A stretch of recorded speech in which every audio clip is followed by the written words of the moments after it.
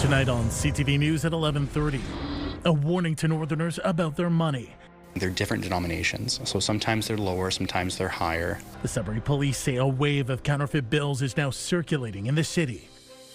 Plus, Moose Cree First Nation has a new home for child and family well-being. We'll have a caretaker in here, or a couple of caretakers, and they'll be here to support. The goal is to give young adults the support and training they need. And Canada's Minister of National Defence makes a stop in North Bay.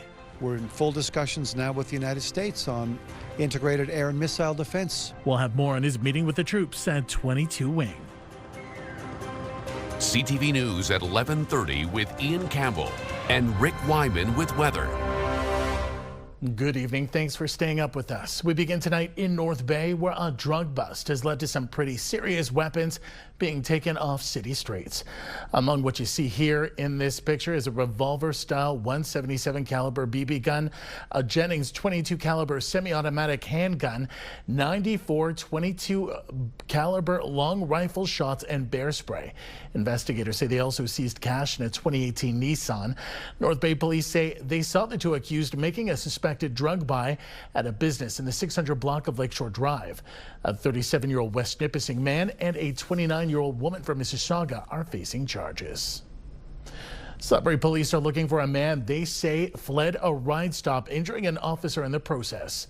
At a ride check October 31st at LaSalle Boulevard and Frood Road, police say they found a man impaired with an expired license and prohibited from driving. When officers opened the door to arrest the man, the driver pulled forward, striking the officer, fleeing the scene. Anyone with information into the whereabouts of 47-year-old Devin Taylor is asked to contact police. Police are telling people to be on guard after a wave of counterfeit bills began circulating in Sudbury. CTV's Madison Merrier reports. Police say that $50 and $100 counterfeit bills have surfaced in the region. They're different denominations, so sometimes they're lower, sometimes they're higher, or a combination thereof. It just kind of depends on what the counterfeiters are trying to get away with at the time, and they try to mix it up. So far, we haven't had any issue with the people that are trying to pass them off. They just kind of, okay, I'll grab another bill, and they'll go back to the bank if that's where they said they got it from. The Bank of Canada says that these fraudulent banknotes visually appear the same, but there are many security identifiers in legal tender. They have all kinds of literature on how to distinguish real from fake bills. So they have handouts and pamphlets. We give that to our staff, especially our cashiers. I want to warn you, they're going to look alike. There's going to be some similarities because the banknote itself has certain features where people will copy those. So they'll simulate that, but they don't simulate the security features, and that's the key.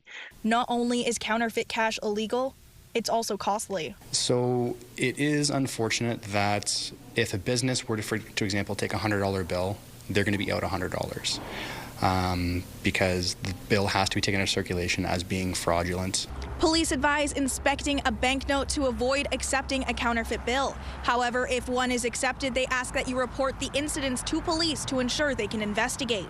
Madison Merrier, CTV News, Sudbury. Sudbury's Cambrian College is suspending more programs due to its drop in enrollment of international students. CTV's Angela Gemmel reports. I just have a question about our study permit. These second-year students have stopped by the International Student Office to get some advice about their education. They're just some of the 1,400 international students enrolled at Cambrian College. Last September, last fall term, we had about 2,600, so there's been a significant drop. That decline is due to the cap implemented by the federal government in 2024, reducing the number of study permits by 35%. Another cap with a 10% reduction was included in the recent federal budget. It's news that's resulted in the board at Cambrian suspending 6 more programs after it suspended 10 last spring for the same reason. All 6 of those programs relied on international students to make them sustainable and viable. But what happened is they have been removed from the federal government's list of programs that are eligible for postgraduate work permits. 3 of the programs impacted are graduate programs within the School of Business, Data Analytics, Marketing Management and Supply Chain Management. The others are Fitness and Health Promotions, Corporate Safety Security, and Community and Justice Services. That doesn't mean the programs are canceled forever. It just means that at this current point, we're suspending intake of new students. Students already in these programs can can graduate with full credentials. The move impacts 6 faculty members, but the school is still working with the union to keep them on. Lessard says the move to reduce study permits to Canada significantly alters how Cambrian is marketing itself to potential international students. Really emphasizing that Canada has a world-class education system, a world-class college system, and it's a great place to come to be educated, even if you're not planning on moving here to live here. Despite the recent suspension of programs, Cambrian is expected to announce new additions to its course offerings. Although Lessard was tight-lipped on what those would be, he did say they were based on market research. Angela Gemmell, CTV News, Sudbury.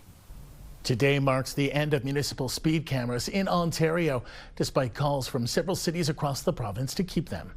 As of midnight, automated speed cameras in Ontario stopped issuing tickets going dark after the province passed legislation putting an end to the traffic calming measure. A recent Sick Kids study in partnership with Toronto Metropolitan University found a 45% reduction in speeding when the speed cameras were there. The province is planning instead to invest $210 million to support increased road safety in those areas. An app created in Sault Ste. Marie is already helping one local food resource center, and it could someday be of use at food banks across the country. CTV's Corey Nordstrom has more. It's called the Harvest Food Hub app. For the past year, it's helped Harvest Algoma and the agencies that use it keep track of the food that comes in and out. The process is great for communication, accuracy, and takes less than 30 seconds. There's a big administrative burden by writing down how many pounds of food different organizations are taking, how many people that's serving.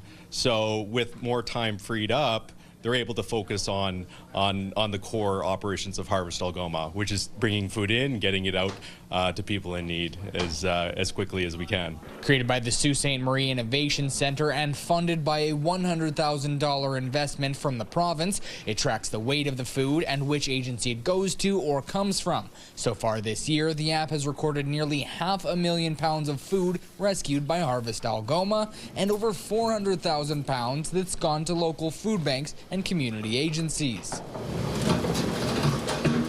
The food that we rescue goes both out to agencies that distribute it. Some of it goes into our kitchen to make the goods that we sell for a bit of a profit, and some of it goes to feed animals, and all of that's good.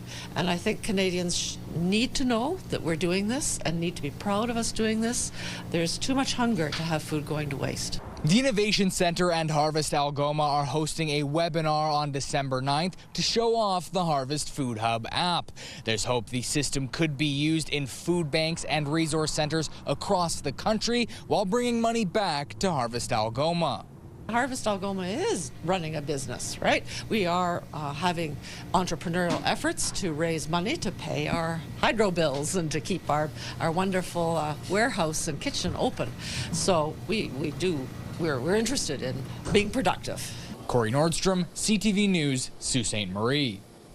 Moose Cree First Nations Child and Family Wellbeing Program is celebrating its first anniversary with the grand opening of a new home for young adults. The home will allow residents to get the support and training they need. CTV's Lydia Chubak reports. Nestled on 38 acres of forest in a peaceful corner of Timmins is this estate log home. A year ago, Agnico Eagle helped Moose Cree First Nations Child and Family Wellbeing Program buy the property.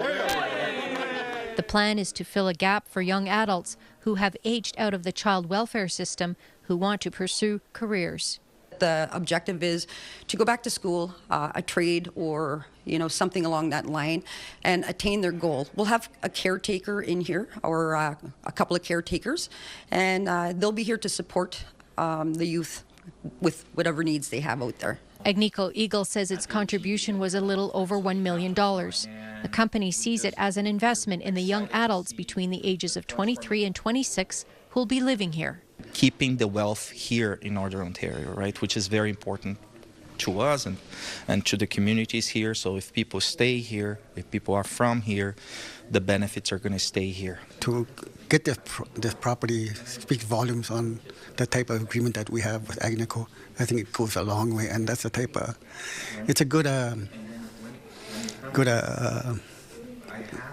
relationship that should be other resource companies should look at. The home is now officially open and will be ready to welcome 6 residents starting in September. We have a lot of youth that have left our communities for whatever reason, and this will help them as well to reconnect with our First Nation. With the passing of Bill C-92 5 years ago, Moose Cree First Nation has put a model in place to affirm and recognize jurisdiction over its child and family services. We've worked with a system that was under the province, and prior to that it was residential school. So now, we can assert our jurisdiction with our laws and our model where we will be doing child welfare reform. You're talking about a long-term plan of really making a difference in the lives of youth that they may not have to receive the support or opportunities that they honestly should have. Based on data, Carrie Cool says there are over 80 Moose Cree First Nation young adults across Canada who could come home to the new program offered here. Lydia Chubak, CTV News, Timmins. Canada's Minister of National Defence David McGuinty was in North Bay late this afternoon, touring 22 Wing Canadian Forces Base and meeting with servicemen and women. McGuinty participated in a town hall style meeting with the military personnel where he took questions from armed forces members about Canada's current role in peacekeeping. McGuinty spoke about potential growth on the base and talked about his target of recruiting 15,000 regular and reserve service members, with recruitment up 55%. Recently, the federal government spent $3.7 billion to upgrade technology at NORAD to modernize airspace surveillance. We're also building a new over-the-horizon radar system, which is going to allow us to detect right around the globe what might be coming at Canada. We're in full discussions now with the United States on integrated air and missile defense. The whole question of what do we do if we have missiles coming at us? How do we respond? That's something that's being examined here at NORAD, right here in North Bay. Canada's Minister of National Defence David McGuinty was there. McGuinty also says members of the Canadian Armed Forces are getting a pay increase retroactive to April, plus also a system of incentives. Time now for a short break here on CTV News. Coming up, Amanda will have your full weather forecast. For now, a look at the current conditions, and we have weather warnings in place once again tonight. That area in blue, I'm talking Hearst, Kapuskasing, Iroquois Falls, Timmins, Kirkland Lake, Timiskaming Shores. That is a freezing rain warning, upwards of 1 to 3 centimeters possible into Saturday night. On the other side, white, more winter storm. You're going to be looking at some potential white snow. Heading over to the current conditions, we've got -3 in Kapuskasing, -3 in Timmins, seeing a little bit of rain in through Wawa and Chapleau, -3 in Sudbury, very cold at the moment, -1 in Parry Sound, -4 in Timiskaming Shores, clear skies there, and in North Bay. We'll have details in a moment. When you see it happen, send it to CTV News. Text 10400. From your screen to ours. Text 10400. Welcome back. Happy Friday. We made it to the weekend and we're in a little bit of a transition period here. We're going to see some messy weather heading our way this weekend, so you're definitely going to want to bring your winter gear out, maybe some umbrellas even. We've got a mix of some rain, some snow, depending on where you are, even some freezing rain as well. So a little bit of a mix heading our way this weekend. As you can see behind me, it's just a bit of a messy mix here. We've got some rain on the way, some snow, depending on where you are. And that's going to continue into Saturday. Snow at the heaviest part on Saturday night. And then by Sunday, that's when the cold front starts to move in. Things are going to be a lot colder by the time Sunday rolls around and we get to Monday. 7-day forecast starting with Sudbury Nickel Belt. So we've got periods of rain for tomorrow. High of 2 degrees, -2 on Sunday. Chance of flurries there. Cloudy skies rolling in by Monday. High of -2. But then by Tuesday and Wednesday, we get back-to-back of a mix of sun and cloud. A little bit of sunshine returning. The normal for this time of year is 2 degrees. For Sault Ste. Marie, Algoma, chance of showers for tomorrow, high of 7 degrees. That's above normal. Normal for this time of year is about 4. Chance of flurries on Sunday, high of 2 degrees, continuing on into Monday.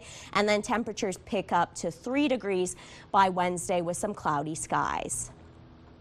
For Timmins, Cochrane, Kapuskasing, we've got an ice snow mix for tomorrow, high of 0, -4. On Sunday, chance of flurries continuing on into Monday and Tuesday, but by Wednesday, mix of sun and cloud with a high of 0. For Temiskaming Shores, Kirkland Lake, ice snow mix for tomorrow, high of 1, chance of flurries on Sunday, -3, -2 on Monday to begin the work week. Back-to-back cloudy skies there with a little bit of sunshine heading our way, hopefully by Wednesday, high of 0. And for North Bay, West Nipissing, chance of showers for tomorrow, high of 3 degrees. A chance of flurries on Sunday, high of -1, 0 on Monday. We're going to be sitting at the freezing mark. And then a mix of sun and cloud Tuesday and Wednesday, sitting at 1 degree. The normal for this time of year is 2 degrees. So, Ian, we've got some messy weather heading our way this weekend, angry weather tomorrow, and then just cold on Sunday. Back to you. Thanks, Amanda. Well, as shoppers start making their Christmas lists, they may be checking it twice for price comparisons. Concerns about high costs associated with the trade war with the United States is weighing on shoppers' minds. A new survey shows many shoppers are cutting back on spending this season. CTV's Kimberly Johnson reports.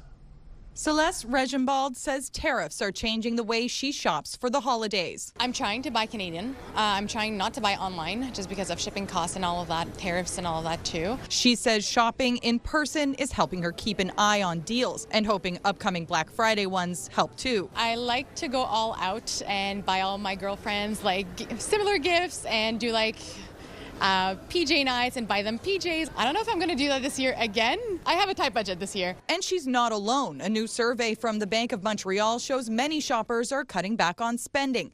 41% of shoppers are adjusting their holiday spending.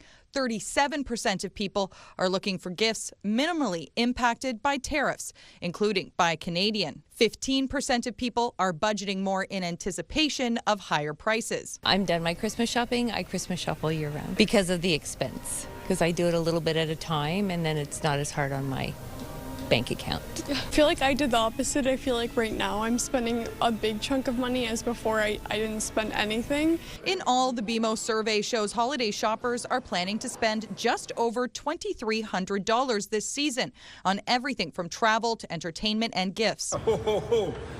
Merry Christmas. As Santa arrives at Place d'Orleans Mall, officially kicking off the holiday season on Friday, Paulina Lazone has 2 new additions to her family shopping list. This is my first year with kids. We have quite a few kids in the family, so we just want to make it really magical for them. Many shoppers say they expect to spend the same amount as last year, but getting fewer items, while others are putting fewer people on their buy list. My sibling and my husband's siblings, we've all decided we're not getting gifts for each other. I have a bunch of nephews. We have these guys. It's like just spend it on the kids. We can, have drinks and have fun together. That's enough of a gift. Kimberly Johnson, CTV News. An annual holiday Christmas tradition kicked off in downtown Sudbury in plenty of style.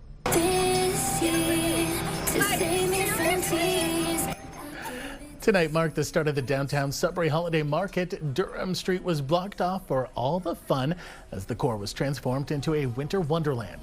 There was festive food options, an official tree lighting, a brass band, and a night vendor market, just to name a few things there. There was also maple taffy, hot toddies, and a hot cocoa and warm cider option. We've got some places doing some great Christmas cocktails. Got Studio 35 doing some great Christmas clothing and things to keep warm for the season. So we've got lots of fun things happening. We're looking for the lighting of the Christmas lights and hot chocolate, because that's yummy.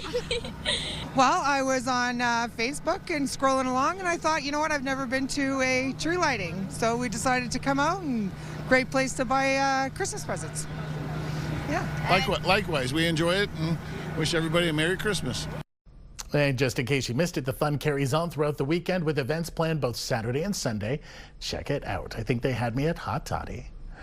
Downtown Hallaberry was all aglow tonight as the Timiskaming Shores community kicked off its annual Night of Lights. 3, 2, 1.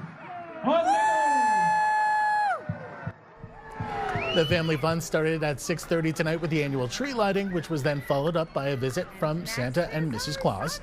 It all takes place at the Hallaberry Cenotaph with help from the Temiskaming Shores Fire Department. You see there. The event also had free hot chocolate, goodie bags, and horse carriage rides for those in attendance. What a beautiful night to get into the Christmas spirit. Still ahead tonight on CTV News. It was a busy night for hockey fans in Northern Ontario. We'll take you to Sudbury after this. Two of our OHL teams were on the ice tonight, including here in Sudbury, where the Wolves faced off against the Erie Otters. And the Wolves started out strong with Artem Gonchar scoring twice in the first, but 4 goals from Erie would make things tough on the hometown team. I'm not the guy who should be out here. There it is. Villeneuve scores to make it 4-3. Yeah, sorry. Sudbury would catch up within 1, but Erie's lead just too insurmountable at that point. 2 more from the Otters sealed the deal. Sudbury goes on to lose this one to Erie 6-3. Next home game is tomorrow when they welcome the Saginaw Spirit into the arena on Elgin Street. Meanwhile, a massive win tonight for the Sioux Greyhounds. They dominated tonight in their matchup against the Rangers down in Kitchener.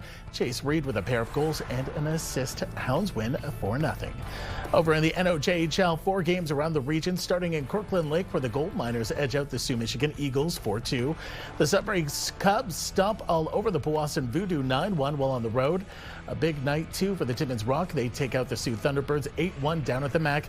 And a big W and a much-needed win for the French River Rapids. They beat Iroquois Falls 5-2. A weekend circled on every Canadian football fan's calendar is almost here. The Grey Cup, and fans are pumped. CTV's Daniel Halmerson has more.